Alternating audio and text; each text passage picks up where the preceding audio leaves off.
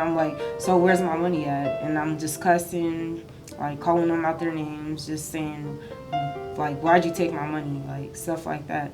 Like, we were about to fight. So they came and pulled us aside, and we both went into restorative justice. I was very upset. I didn't even want to be in the office. I didn't want to be nowhere near her, because if I felt that if I was like 10 feet away from her, I was just going to fight her. I just couldn't help it. And so, like, when we first got in there, we're just yelling back and forth, So they were about to, like, just suspend us, give us our ticket and everything. And I was like, okay, fine, we'll work it out. Not having accessibility to professionals that can actually sit down with these young people and, you know, help them understand maybe how they're feeling, you know, can send a lot of these kids over the edge. I've been in many fights, but those other schools didn't have restorative justice, so, and this one prevented one, which is really good.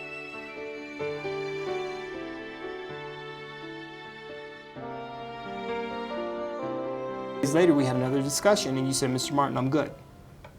And then you were the happy-go-lucky Leilani that I was used to seeing, right? Mm-hmm. Okay. Our challenge is to try to get these young people to understand not the right or wrong, but to resolve. And in order to resolve, there's a process that you as young people need to go through, because by not communicating, that's when you leave everything unanswered, and then you have assumptions. And, you know, we want our young people, we want all of our young people going through the process of restorative justice to feel a sense of empowerment.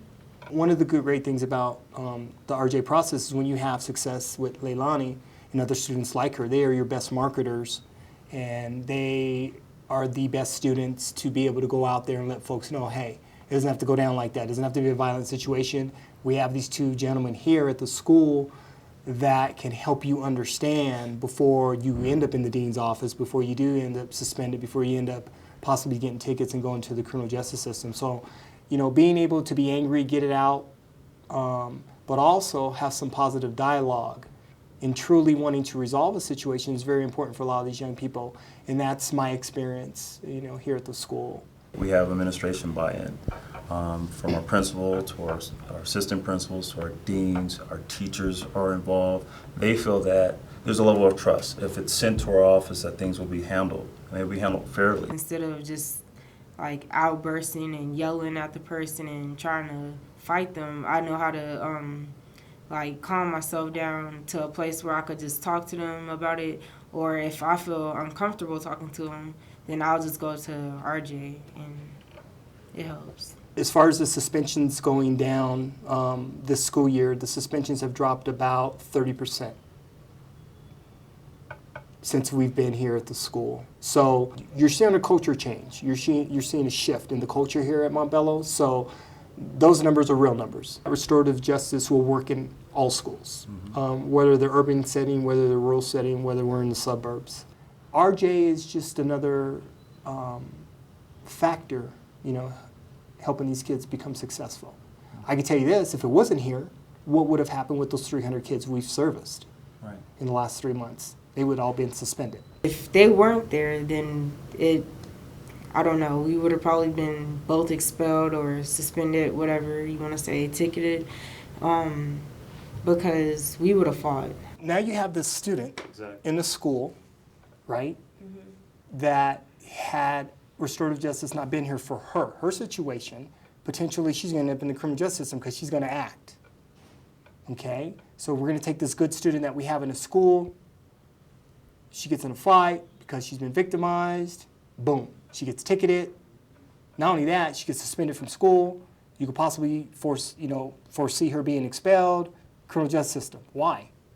Because there was no process put in place to help her. I mean, that's reality.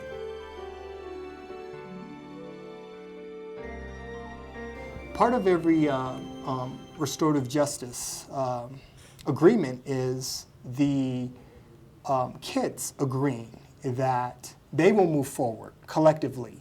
They will institute what they decided as a remedy. You tell a kid, okay, you're going to do community service for an hour and a half after school. Right. You're going to do a 2-page research paper that needs to be presented to that teacher. You're going to clean that teacher's classroom. You're going to have dialogue. How is that? How's that solved? I mean, you're being put in a situation of empowerment to explain yourself. How's that soft? That's what we need more of. See, He's not facing this issue when he's at home. exactly. He's facing this issue when he comes in and he checks in every day for his community service. That's He has to accountability. sign in. He's made accountable for his actions. That's or her accountability. actions. It's That's simple. immediate. That's immediate. Being a former state juvenile probation officer for 5 years, the link between not graduating from high school and going into the criminal justice system, it's a fair link. If you think about it, those who are typically incarcerated are not high school graduates. If they don't graduate from high school, criminal justice system's waiting for them. I mean, that's the transition. It's very clear for me. Right. There's no misunderstanding. So I refuse to allow the criminal justice system to capture our young minds and to capture, not give them a chance to be successful. We're not going to save every kid. I'm not crazy. I understand that. But I will die trying. So that's what's up.